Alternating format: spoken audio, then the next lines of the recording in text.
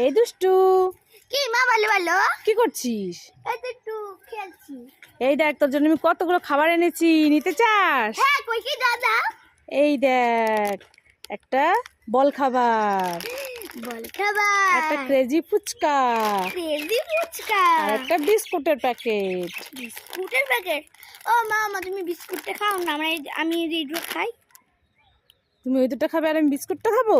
হ্যাঁ ভালো জিনিসটা খাবে না তো। ভালো জিনিসটা খা, বিস্কুটটা খেলে পেট ভরবে, খা। খাবে না।